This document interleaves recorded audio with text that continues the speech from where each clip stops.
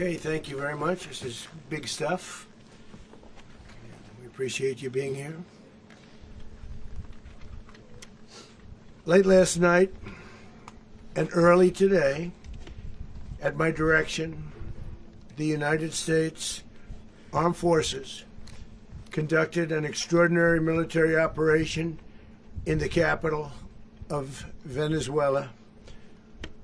Overwhelming American military power, air, land, and sea, was used to launch a spectacular assault. And it was an assault like people have not seen since World War II. It was a force against a heavily fortified military fortress in the heart of Caracas to bring outlaw dictator Nicolas Maduro to justice. This was one of the most stunning, effective, and powerful displays of American military might and competence in American history.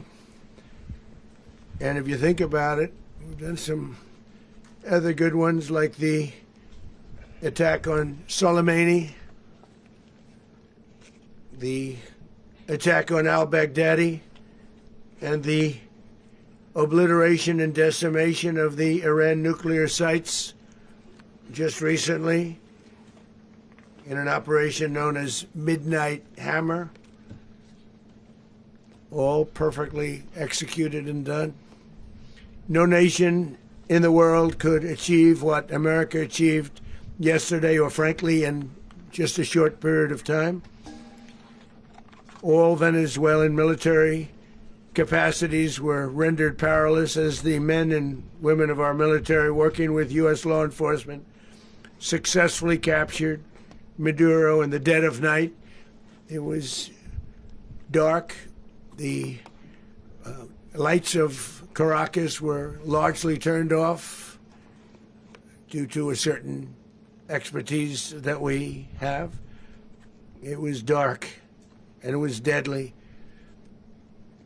But captured along with his wife,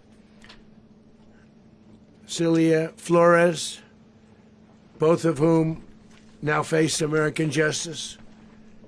Maduro and Flores have been indicted in the Southern District of New York, it's Jay Clayton, for their campaign of deadly narco-terrorism against the United States and its citizens. I want to thank the men and women of our military who achieved such an extraordinary success overnight with breathtaking speed, power, precision, and competence. You rarely see anything like it. You've seen some raids in this country that didn't go so well. They were an embarrassment. If you look back to Afghanistan, or if you look back to the Jimmy Carter days, they were different days. We're a respected country again, maybe like never before. These highly trained warriors, operating in collaboration with U.S. law enforcement, caught them in a very ready position. They were waiting for us. They knew we had many ships out in the sea. We were just sort of waiting. They knew we were coming. So they were in what's called a ready position. But they were completely overwhelmed and very quickly incapacitated. If you would have seen what I saw last night, you would have been very impressed. I'm not sure that you'll ever get to see it, but it was an incredible thing to see. Not a single American service member was killed, and not a single piece of American equipment was lost. We had many helicopters, many planes, many people involved in that fight. But think of that, not one piece of military equipment was lost, not one service member was, more importantly, killed. The United States military is the strongest and most fearsome military on the planet by far. With capabilities and skills our enemies can scarcely begin to imagine. We have the best equipment anywhere in the world. There's no equipment like what we have, and you see that even if you just look at the boats. We've knocked out 97% of the drugs coming in by sea. 90%. Each boat kills on average 25,000 people. We knocked out 97%. And those drugs mostly come from a place called Venezuela. We're going to run the country until such time as we can do a safe, proper, and judicious transition. So we don't want to be involved with having somebody else get in and we have the same situation that we had for the last long period of years. So we are going to run the country until such time as we can do a safe, proper, and judicious transition. And it has to be judicious because that's what we're all about. We want peace, liberty, and justice for the great people of Venezuela, and that includes many from Venezuela that are now living in the United States and want to go back to their country. It's their homeland. We can't take a chance that somebody else takes over Venezuela that doesn't have the good of the Venezuelan people in mind. We've had decades of that. We're not going to let that happen. We're there now, and what people don't understand, but they understand as I say this, we're there now, but we're going to stay until such time as the proper transition can take place. So we're going to stay until such time as we're going to run it, essentially, until such time as a proper transition can take place. As everyone knows, the oil business in Venezuela has been a bust, a total bust, for a long period of time. They were pumping almost nothing by comparison to what they could have been pumping and what could have taken place. We're going to have our very large United States oil companies, the biggest anywhere in the world, go in, spend billions of dollars, fix the badly broken infrastructure, the oil infrastructure, and start making money for the country. And we are ready to stage a second and much larger attack if we need to do so. So we were prepared to do a second wave if we needed to do so. We actually assumed that a second wave would be necessary, but now it's probably not. The first wave, if you'd like to call it that, the first attack was so successful, we probably don't have to do a second, but we're prepared to do a second wave, a much bigger wave, actually. This was pinpoint, but we have a much bigger wave that probably won't have to do. This partnership of Venezuela with the United States of America, a country that everybody wants to be involved with because of what we were able to do and accomplish, will make the people of Venezuela rich, independent, and safe. And it will also make the many, many people from Venezuela that are living in the United States extremely happy. They suffered. They suffered. So much was taken from them. They're not going to suffer anymore. The illegitimate dictator Maduro was the kingpin of a vast criminal network responsible for trafficking colossal amounts of deadly and illicit drugs into the United States. As alleged in the indictment, he personally oversaw the vicious cartel known as Cartel de las Solas, which flooded our nation with lethal poison, responsible for the deaths of countless Americans, the many, many Americans. Hundreds of thousands over the years of Americans died because of him. Maduro and his wife will soon face the full might of American justice and stand trial on American soil. Right now they're on a ship. They'll be heading to, ultimately, New York, and then a decision will be made, I assume, between New York and Miami or Florida. But we have people where the overwhelming evidence of their crimes will be presented in a court of law. And I've seen it. I've seen what we have. It's both horrible and breathtaking that something like this could have been allowed to take place. For many years after his term as president of Venezuela expired, Maduro remained in power and waged a ceaseless campaign of violence, terror, and subversion against the United States of America, threatening not only our people, but the stability of the entire region. And you all saw it. In addition to trafficking gigantic amounts of illegal drugs that inflicted untold suffering and human destruction all over the country, all over, in particular, the United States. Maduro sent savage and murderous gangs, including the bloodthirsty prison gang, Tren de Aragua, to terrorize American communities nationwide, and he did indeed. They were in Colorado. They took over apartment complexes. They cut the fingers off people if they call police. They were brutal, but they're not so brutal now. And I just have to congratulate our military, Pete and everybody, and our National Guard, because the job that they've done, whether it's in Washington, D.C., where we have a totally safe city, where it was one of the most unsafe cities anywhere in the world, frankly, and now we have no crime in Washington, D.C. We haven't had a killing. We had the terrorist attack a few weeks ago. A little bit of a different kind of a threat, but we haven't had a killing in a long period of time, 6, 7 months. We used to have two, on average, 2 a week in Washington, our capital. We don't have that anymore. The restaurants are opening. Everyone's happy. They're going, they're walking their daughters, they're walking their children, their wives, they walk to restaurants. Restaurants are opening all over Washington, D.C. So I want to thank the National Guard. I want to thank our military. And I want to thank law enforcement. Been amazing. And they should do it with more cities. We're doing it, as you know, and we're doing it in Memphis, Tennessee right now, and crime is down.